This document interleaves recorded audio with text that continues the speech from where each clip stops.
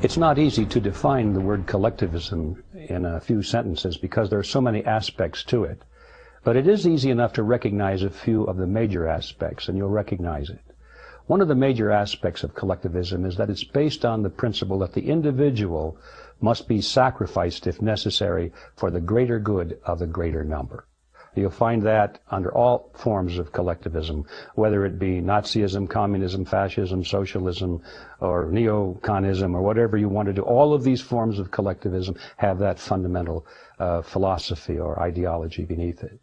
Now, that sounds pretty good to many people. It sounded good to me when I was in school and learning about the greater good of the greater number. After all, we've been taught that we live in a democracy and therefore the majority should rule, and all of these things which sound very good if you don't probe too deeply.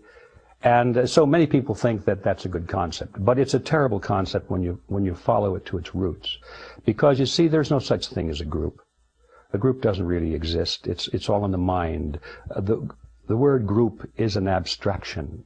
It symbolizes in our minds the concept of many individuals. But group does not exist by itself. You cannot touch a group. You can touch individuals only. It's similar to the concept of the word forest. You can look at a forest, you say, well, I'm looking at a forest, but you're not. You're looking at trees. They're only trees, and so the word forest is this abstraction for the concept of many trees. And the same thing is true in social structures.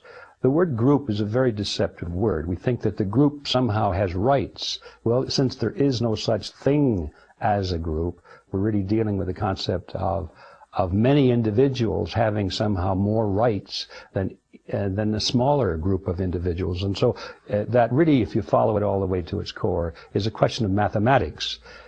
Collectivism is based on the substance that three people really have the right to tell two people what to do regardless, because there's 3 against 2. And once you boil it down to the issue of mathematics, it falls apart, because human rights are not based on mathematics.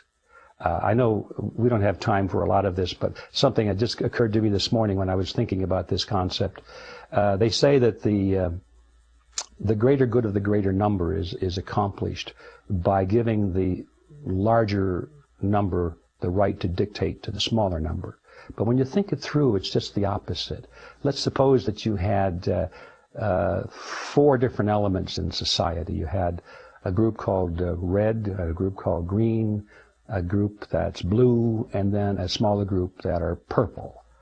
The red, green, and blue represent different classes or groups of society, and the purple ones are the administrators, the government officials, the police, the courts, and all of the bureaucrats and the politicians that are going to regulate this great society. So you say, well, the first 2 groups, red and green, decide to take all the property away from blue. And that's certainly for the greatest good of the greater number, because red and green is a greater number than blue. So if that's your point, then finally the greater good of society has been served in that equation. But now the next time around, green and blue decide to take away the property of red. And you say, well, in that instance also, the greater good of the greater number has been served.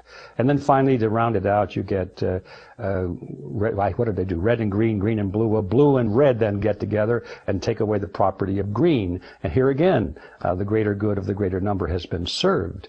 But when you stand back and look at the whole process, all of the groups have been plundered by the others. And you might say, well, it all evens out, doesn't it? No, it doesn't, because there's a 4th group, the purple. And every time there's a plundering action going on, the purple wind up with a pretty good share of the action just for their administrative services. And so when you follow it all the way through at the end of this process, all of society has been damaged by this greater good for the greater number concept, you see. The only greater good for the greater number really comes from the concept of individualism, when you deny the majority to take away the rights or the property of the minority. If you hold up the individual as the supreme element in society instead of the group, under that philosophy, under that ideology, now you do actually have the greatest good for the greatest number.